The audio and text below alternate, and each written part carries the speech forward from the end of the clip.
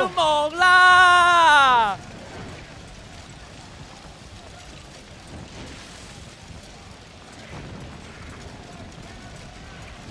咩事我都唔會驚啊！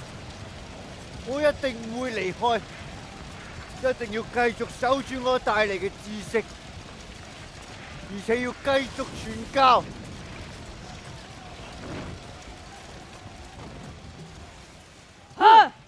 搜捕一下，有冇明朝嘅魚官？係呢邊冇，裏邊都冇。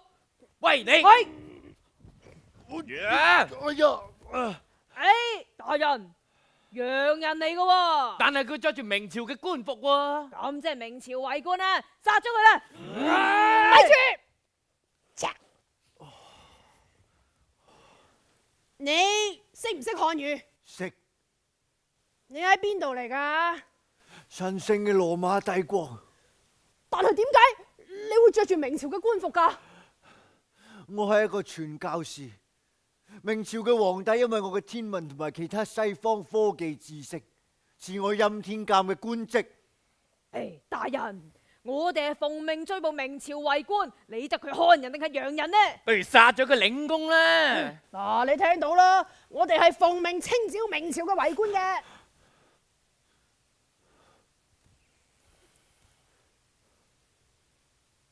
但係我可以為清朝效力。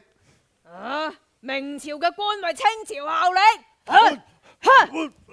大人，佢係明朝嘅人，而且紅鬚綠眼，點會為我哋滿清效力啊？不如殺咗佢啦！我唔理自己係咩朝代咩種族，我只係關心天下人民。嗱，我嘅西方知識可以幫助到滿清繁榮進步啊！你即管考我。你有嘅係西方科技，欽天監係嘛？好，話我知日出係咩時辰？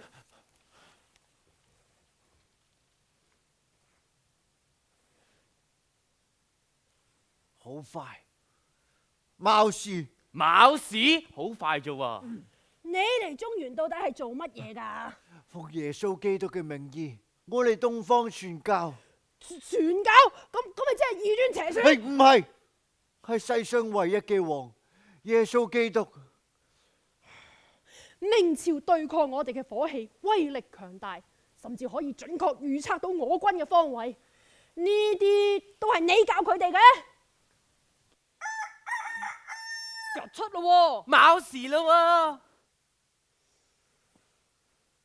明朝餘孽，你真係會忠心為滿清效力？國號只係國號，人民先係根本。好，跟我哋入朝。多謝大人，我願為大清效力，貢獻萬民。識時務者為俊傑，大清歡迎你。話時話，大人你係攝政王墮衣滾。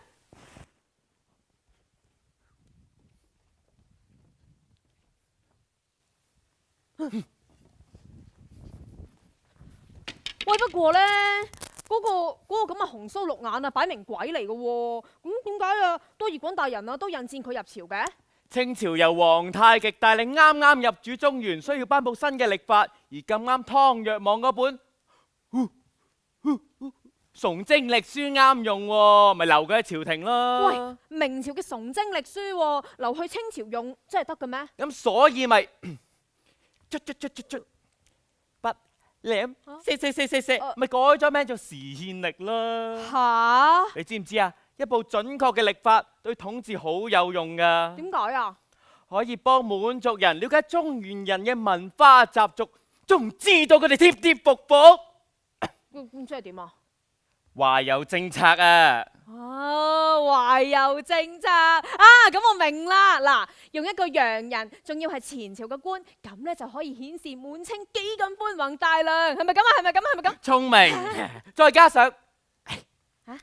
再加上清朝內部有唔少內鬥，皇上就運用外來嘅知識咧，去等班清官知道自己幾無能吓，塞住班清官把口。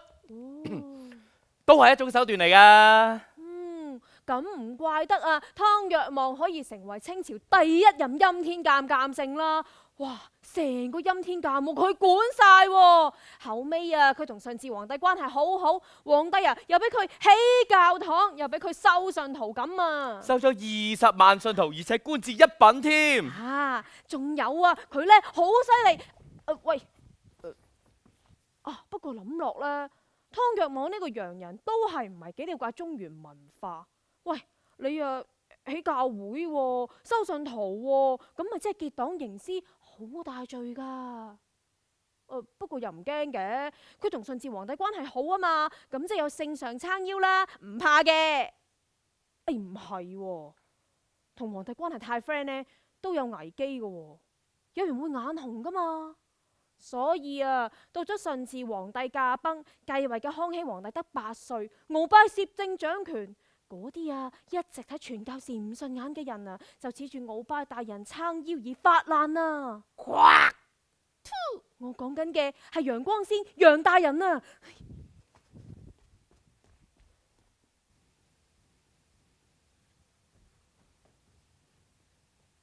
佢哋出嚟，係出嚟，行快啲，行快啲啊！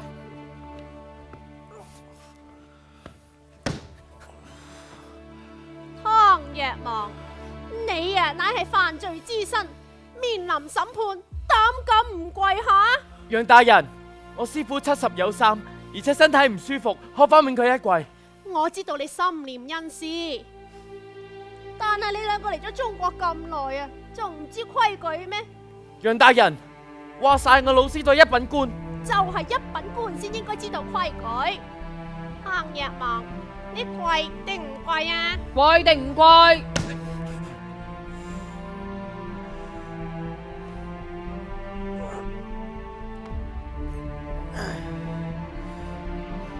如果順治仍在，就算我真係大罪在身，佢都唔會要我跪。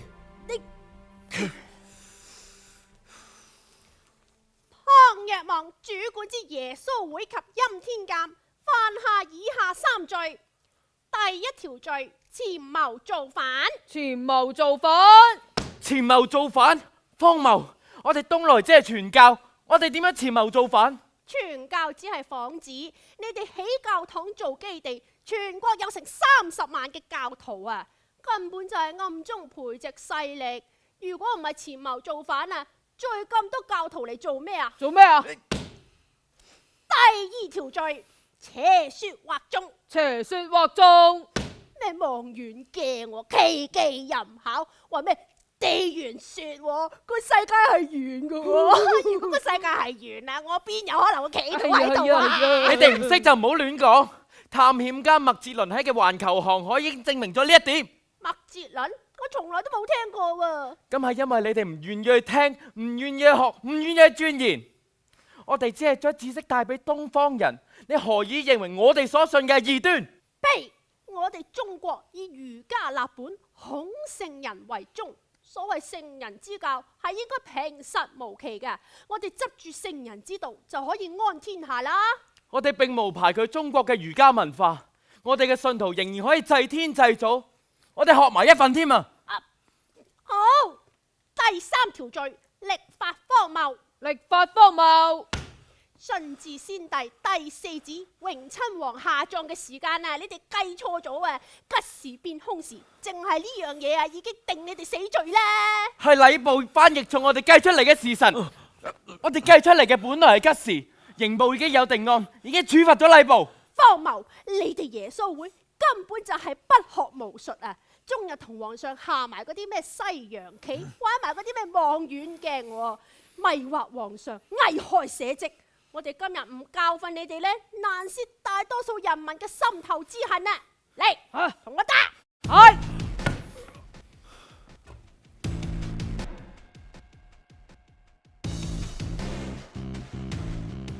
咁點啊？再打！哦。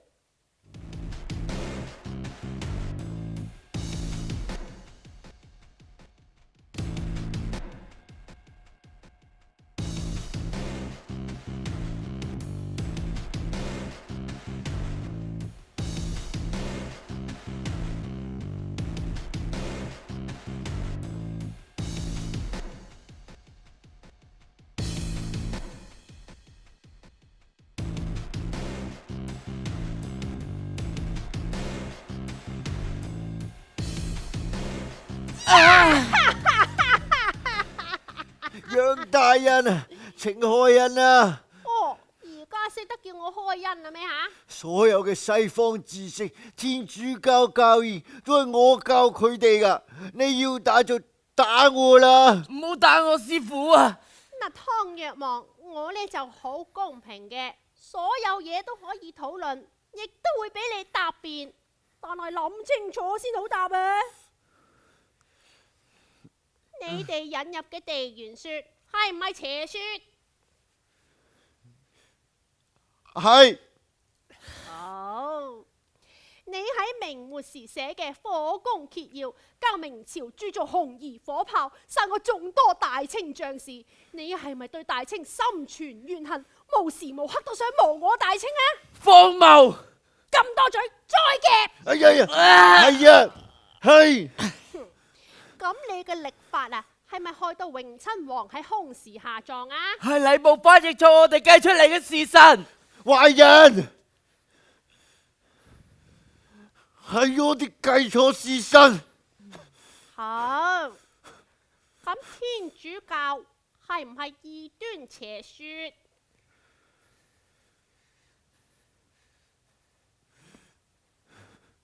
我只係奉主嘅名義，同你哋分享我嘅信仰同埋知識。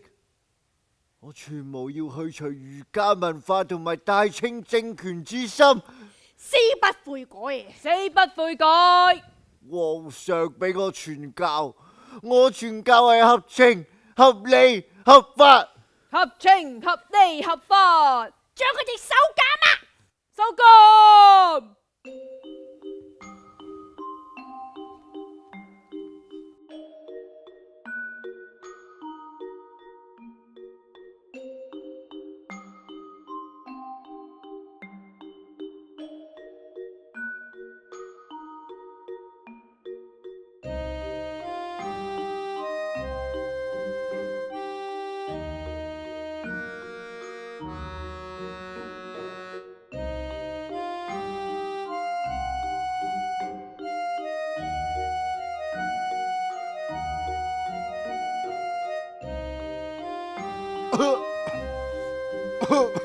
喂，叫佢唔好咳得唔得？兵大爺，我老師病啊！病係可以，但係你唔好咳啦。咁病就梗係有可能會咳噶啦。總之唔好嘈親隔離啦。啊，你哋聽日判刑啦，乖乖地唔好嘈啊！以前就湯大人前湯大人後，而家老師我唔明啊！頭先喺公堂上面你做乜都要認啫？你咁都唔明？我係為咗救你啊！啲衙差佢哋會打死你噶。我唔怕死，奉主之命，我乜嘢都唔驚。如果你死咗，呢個世界上面就會少一個傳教士。可能因為咁樣，會少咗好多人受到主嘅感召。你身負重責，死咗就乜嘢都冇噶啦。如果老師你唔牽涉入朝廷鬥爭之中，咁老師你就唔會搞到今時今日咁。我哋兩個只係傳教士。我都唔知講咩好啦。你講嘅嘢我都知道。我初初嚟到澳門嗰陣時，我完全唔知點做。我只係知道啱啱英荷聯軍打到嚟澳門，我就俾徐光啟帶咗上朝廷。同崇禎相處得耐啦，我就知道如果我要起教堂，要辦教會，係要視乎我同皇上嘅關係，能唔能夠得到皇上嘅信任。所以要得到主嘅懷抱，先要得到皇上嘅允許。但我又會諗，如果唔係入咗朝廷嗰度做官，得到皇上嘅重用，只係流落喺民間嗰度傳教，咁又會點樣呢？我又會唔會有30萬信眾咁多呢？真係唔知道。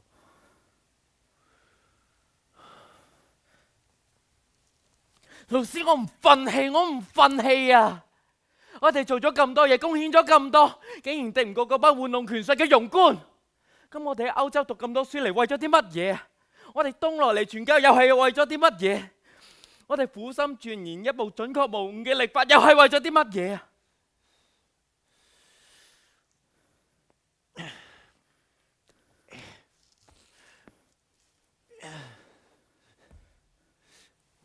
格物致知。咩話，老師？格物，然後致知。格物，然後致知。哦，空星啊！哎，真係有空星啊！哦，今次真係有空星啊！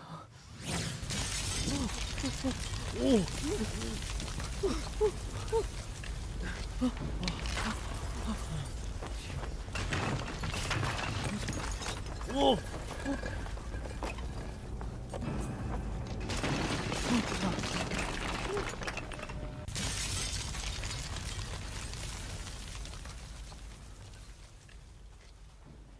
不久之後，天上面出現古時被譽為空星嘅彗星，京城出現地震，一連3日地震，人皆露宿，寸寸不安。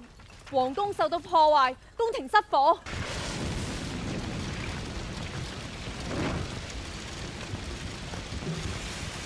呢個被視為凶兆。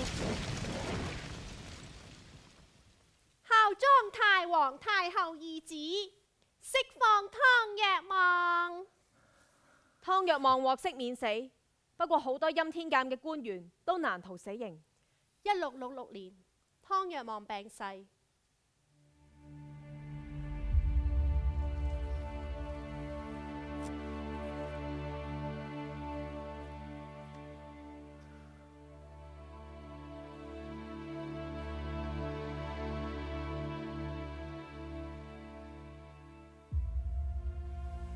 如果可以嘅話，我都想可以只係傳教、做學者，唔使牽涉入朝廷嘅鬥爭之中。我嚟到中國差唔多50年，經歷2朝，走遍南北，飄飄何所至？天地一沙鷗。到咗今日，我終於可以返屋企啦！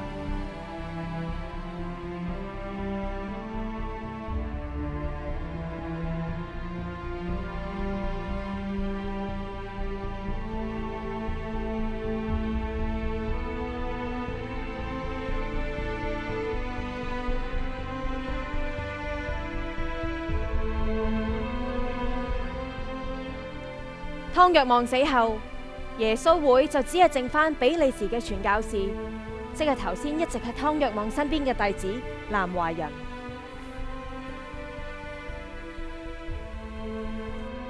家師，你窮一生嘅光陰，學習知識，探求真理，可惜到最後都要含冤而死。家師，你成日話格物然後致知，究竟係咩意思？你可唔可以話俾我知？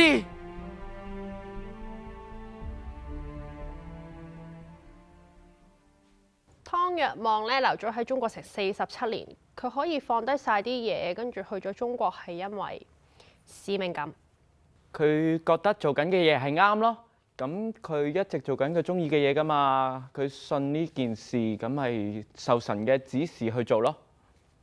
我諗佢係工作狂嚟嘅，因為有啲人咧做起嘢上嚟斷六親噶嘛，我諗佢係嗰啲。我覺得一嚟係因為佢對於追求知識嘅嗰個意欲好強，二嚟就係可能佢好心腸啦，想同其他人分享嗰啲好嘢。湯若望咁多起起跌跌，我覺得佢係得多過失嘅。得嘅多咯。我覺得係得多過失嘅。我覺得得多過失咯，因為佢係好似臨尾佢先至慘啫嘛，即係佢嗰陣都70幾歲啦，咁即係佢事業輝煌咗幾十年，咁都 OK 啊。因為佢一直做緊一啲佢中意做嘅嘢噶嘛，咁唔通好似我哋之後想做演員咁嘅咩？咁好窮噶嘛，做演員。湯若望死之前最想見嘅人應該係耶穌，問佢點解佢要死咯。Jesus Christ 同佢講 I'm back。佢可能最想見到佢師傅，佢阿爸阿媽。